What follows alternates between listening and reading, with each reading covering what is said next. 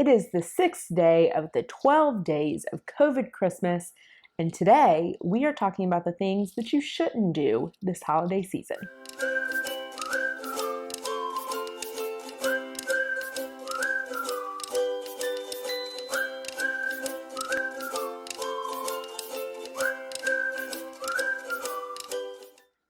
So I said it, we are talking about the things you shouldn't be doing.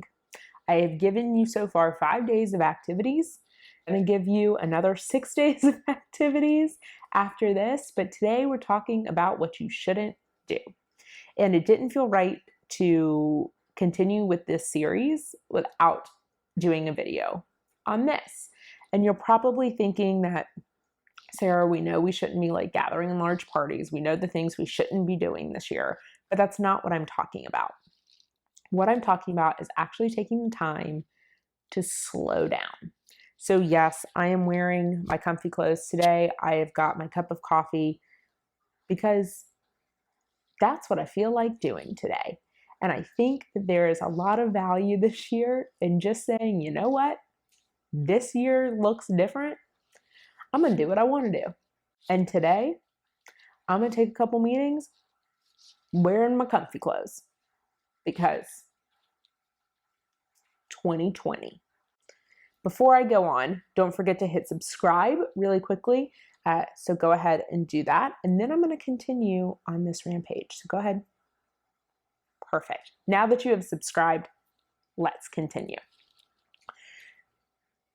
There's no reason for me to tell you that this year looks different. You know it. You've been hearing it. I don't want to be a broken record.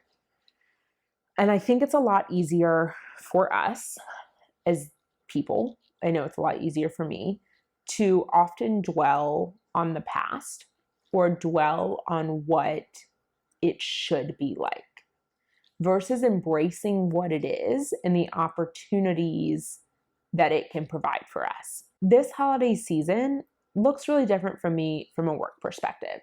And because it looks really different from a work perspective, it thus looks different in my personal life as well. So from a work perspective, the weeks between Thanksgiving and Christmas are the busiest weeks of the year. It is back to back to back.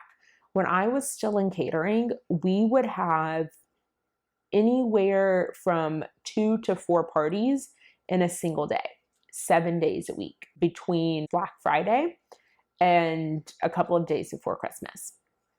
It was pure insanity. I would go home simply to sleep, and I'd wake up at the crack of dawn and be right back at the office. So it has always been a hectic time of year, and that is part of what it is in this industry. And I accepted that, and I knew that when I went into it, and I'm grateful for it every year. But unfortunately, it never really allows the time to enjoy some of those holiday activities that, you see others enjoying. You don't get to attend holiday parties because you're planning holiday parties or working holiday parties. You don't get to bake cookies or watch movies all day and stay in your pajamas or your comfy clothes. You don't get to go on long walks and look at Christmas lights or read a book. There's all of these things that a really busy holiday season prohibits you from doing. And it's easy to look at my business. It's easy to look at my life and say, I wish. When I really have the opportunity, and I think we all have the opportunity to say, yes, I might not be able to do this. I think there's a lot of opportunity to look at things that you can't do, when in reality, I've had to reshape the way I think of it and think of all the things that I can do. This year, I get to slow down and enjoy my second cup of coffee by the Christmas tree. I get to go on long walks and look at the Christmas lights. I get to, watch Hallmark movies all day. I get to slow down enough to actually reflect on and pay attention to the things in my business and the things in my life that are serving me and the things that are not, and put plans in place to change that going into a new year, which, end of year reflection is not something that you often get to do when you're working 24/7. So there's a lot of value in this season in slowing down and being able to enjoy it and just sit in the now and take it slowly and not put that pressure on yourself, or I shouldn't say not put the pressure on yourself, but to not feel the anxiety or the disappointment in what it could have been or what it should have been. So that's what the 6th day of Christmas is. It is simply an encouragement to you to slow down and to accept that it's okay to slow down. Like, I'm here to tell you it's okay. I know it's hard, but I really want to encourage you guys, like, don't force yourself to do anything that you really are not feeling like doing this year. This year, it's not a rat race. It is not about how much you can do and how much you can squeeze in and how joyful you can make it. Just be.